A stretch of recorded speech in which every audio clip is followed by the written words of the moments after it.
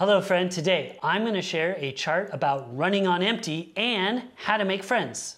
And I am going to share how beliefs influence your actions and a yummy food website. Let's get to it.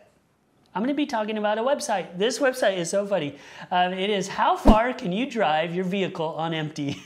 So knowing how many miles you can drive on an empty gas tank can prevent you from getting stranded. So this is kind of funny because I don't drive. I've been car free for almost 9 years now. Now I do drive at work while I'm at work because we have company vehicles and I have to.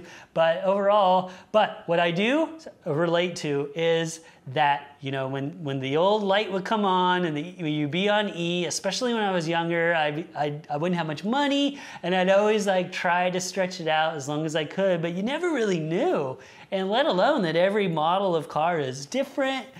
And I luckily have never run out of gas before, but I know many of my friends that have, and it was always the same thing. It was when they were in their 20s or maybe late teens, and you're always trying to push it. Well, this just gives you a chart of the make and model and how much time. So when that light comes on, or if you're in that red zone, you have X amount of miles and how far you can go. It's hilarious. I just thought it was funny. It's just not quite enough for a cool sheet, but it is funny. So definitely check it out. How far can you drive on your vehicle on empty? So I love that you say this is good for young people, because I'm like, I can do it all the time still. So, but I like to think that we don't do it anymore. I know. Well, okay, but I've definitely. Oh my gosh, I pushed it, and now I know. So I've had the car I have now. I've had for 12 years, and I know. I've figured so it out. You got your own little chart. Yeah, I do. I do not. Well, you should compare it to the website. I should. And see if it's how accurate that's you think. a good idea. Because you're like, oh, maybe I have 5 more miles. Right. Yeah. The thing that I'm worried that people like think they have, now I know exactly, and then more people are going to run out too. That's also why it's an almost. Yeah. And I got to say, I don't enjoy doing it. And I don't do it very often. No, it causes so much stress. Oh, yeah. But everybody's done it. I mean, I think everybody has, so it did make me chuckle. And I have never run out of gas. Good, thank goodness. Yes. All right, thank you for that one. You're welcome. Entertainment, if nothing else. Yes. But my cool sheet has to do with psychology, and this is something called the Pygmalion Effect. And it stems from the fact that your beliefs influence your actions. And then your actions influence the people around you. So here's an example. If you have high expectations for someone, you will treat them in a way that reflects those expectations. And then it can make that person subconsciously perform better or to the level that you're feeling. So this cycle, and this has been studied, so this is proven. This cycle results in higher expectations from one person, leading to higher performance in the other person. This is seen, I have personally seen this a lot in teaching, me as an instructor, but it is also well known in other places. It's well known coaches and with sports and things like that.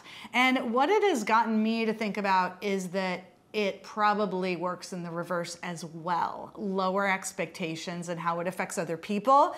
And I'm sure that's been studied too, and that's something to be very, very aware of when you are thinking about what your expectations are for another person. So, the Pygmalion Effect. Wow, yeah, I didn't know much about that, so that's cool. Really interesting. It is interesting, and so many, like I said, it's a well-known effect that's been studied a lot. So yeah, certainly something I never had a name for, because it was even when I saw that on the notes, I was like, oh, how have I never heard of this? Yeah. But very cool. I don't know the origin of it. Yeah, Pygmalion. I don't know. We'll have to check that out too. Yes. But thank you so much for sharing. You're welcome. I appreciate that. My cool sheet is going to be an article. This article is called "For the Modern Man, a New Friend is Just a Podcast Away." So I really love this article. I thought it was funny. It's a pretty short article, and it's just kind of a funny joke. But it talks about how you're consistently unable to make new friendships in this wild world that we live in now. But there's a lot of people that are hobbyist podcasts, and this is a good way to connect and kind of have this little mandate.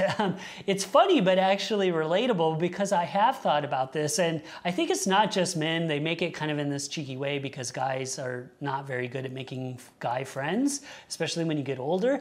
But I will say that having a podcast and having, when we have guest hosts, I do create more of a bond with them, and I get to know them a little bit better. Maybe I ask them questions that I wouldn't normally ask them, or we interact in non-traditional ways, so it definitely does make me closer, and this article just made me laugh. But it wasn't quite enough for a full close sheet, but it is. For the modern man, a new friend is just a podcast away. I wonder what that is about that. Is it real? Like, do men actually have a harder time making friends? Yeah, it's like if you check out Men's Journal or like Art of Manliness and things like that. Oh yeah, it's always like known throughout the men community. It's like, it's just really, because men, because men are uncomfortable sharing their feelings or being vulnerable and just asking another friend to hang out is weird to a lot of guys. I don't have that problem that often, but I would say that I'm not in the majority of that. And I think we're getting better as men. But yeah. It's weird. It's usually like, and still to this day, most of my friends come from work. But yeah, how else do you make friends if it's not through work? You guys just don't do stuff.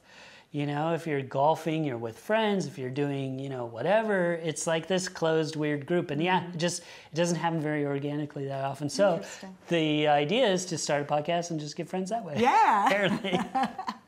Awesome. Well, thank you. You're welcome. My Cool Sheet is a website, and it is called the Spruce Eats.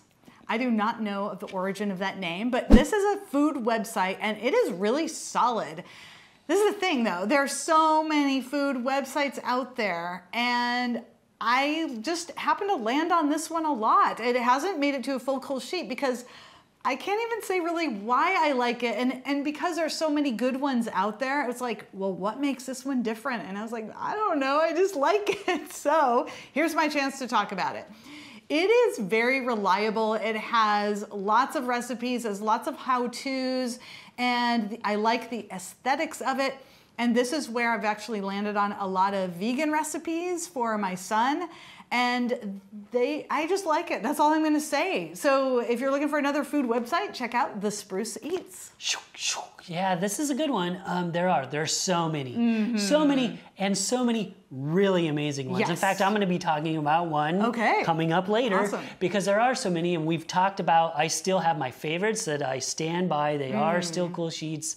They're bona fide. They're the ones I visit all the time. But I feel like I've maybe heard of this one, but yeah, I don't visit it very often. So I'll have to check it out again. Yeah. It is amazing, and I still buy cookbooks and things, and I try to buy more of like cooking methods and flavor equations and things like that, concepts more than recipes, because there's an infinite amount of the best recipes in the world. Basically all for free on the internet. But I do like supporting cooks and authors and things like that. So I do select some that I like. But yeah, there's so many food websites that are top tier. I remember them when there was like 2 or 3. When the internet first started, I was like, oh my gosh, Epicurious and like Food TV was maybe it for a long time. And now there are just tons, so many. Thank you for sharing that. You're welcome. I'll check it out for sure. You can as well on our show notes at 10bestest.com/almost2021. Thank you for joining us, friend. I'm Brian Hart. I'm Karen McFarland Holman. Let us know in the comments, have you ever ran out of gas? And let us know, what's your favorite food website? If you're enjoying the show, please give us a like and share with a friend. Stay tuned next week for another great series of shows. And don't forget to stay curious.